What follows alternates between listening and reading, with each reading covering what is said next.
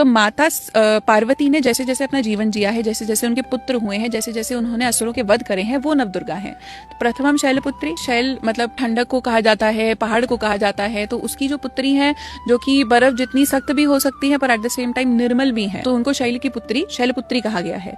दूसरी आती है जब छोटी सी बिटिया है, अब बिटिया है तो वो ब्रह्म के ज्ञान की तरफ जाती है, कुछ सीखने जाती है, तो वो ब्रह्मचारिणी बनती है। उसके बाद चंद्रघंटा आती है, जिस रूप में वो शंकर भगवान से विवाह करती है। उसके बाद आती है कूष्मांडा, जहाँ पे अपनी गृहस्थी में उनके हाथ में एक पॉट होता है। वो पॉट रिप्रेजेंट्स कि माँ उस रूप में प्रेग्नेंट है, तो माँ अपनी गृहस्थी के दूसरे फेज में आई है। क्योंकि तीसरे ही फेज में हमें दिखता है पांचवी माँ जो है वो स्कंद माता है, उनके गोद में वो बालक बैठा है, जो कि अभी पॉट के रूप में पिछले रूप में था, और अभी वो एक बालक बन के स्कंद बन के उनकी गोद में बैठा है, इसलिए उन्हें स्कंद माता कहा गया है। जब वो अपनी गृहस्थ का सारा काम कर लेती है, फिर वो वानप्रस्थ की ओर जाती है। वो माता कात्यायनी भी बनेंगी, वो माता कालरात्रि बनेंगी।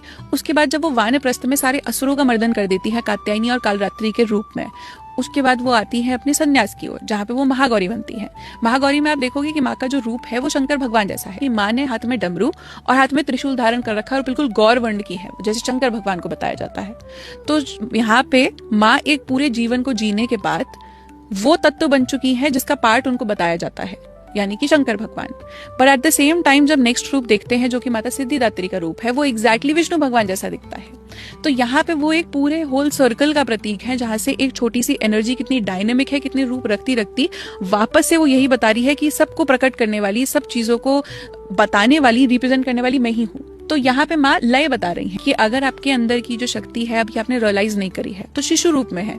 जब आप उसको थोड़ी थोड़ी नॉलेज दोगे, मंदिरों में जाओगे, अच्छे लोगों से मिलोगे जो कि आपको अच्छा ज्ञान देंगे, तो वो धीरे धीरे पढ़ना शुरू करेगी। ओ, तो क्या मैं ये करने के लिए भी केपेबल हूँ? अपेरेंटली गुरु आ जाएंगे। गुरु आना मतलब जैसे चंद्रघंटा माँ शंकर भगवान से शादी करती है, तो शंकर भगवान माता पार्वती के गुरु माने गए हैं। फिर आप धीरे धीरे करके अपने आप को और बढ़ाने का प्रयास करोगे उस गुरु की एनर्जी के साथ, जो कि है माँ कूष्मांडा। अपने अंदर वो ऊर्जा प्रकट कर रही हैं। उसके बाद जब आप अपने आप को अच्छे से ब्लॉसम करोगे, दैट इज माता स्कंद माता, जो कि अपने आप को रेप्लिकेट करके स्कंद के रूप में साथ में बिठा के रखती है।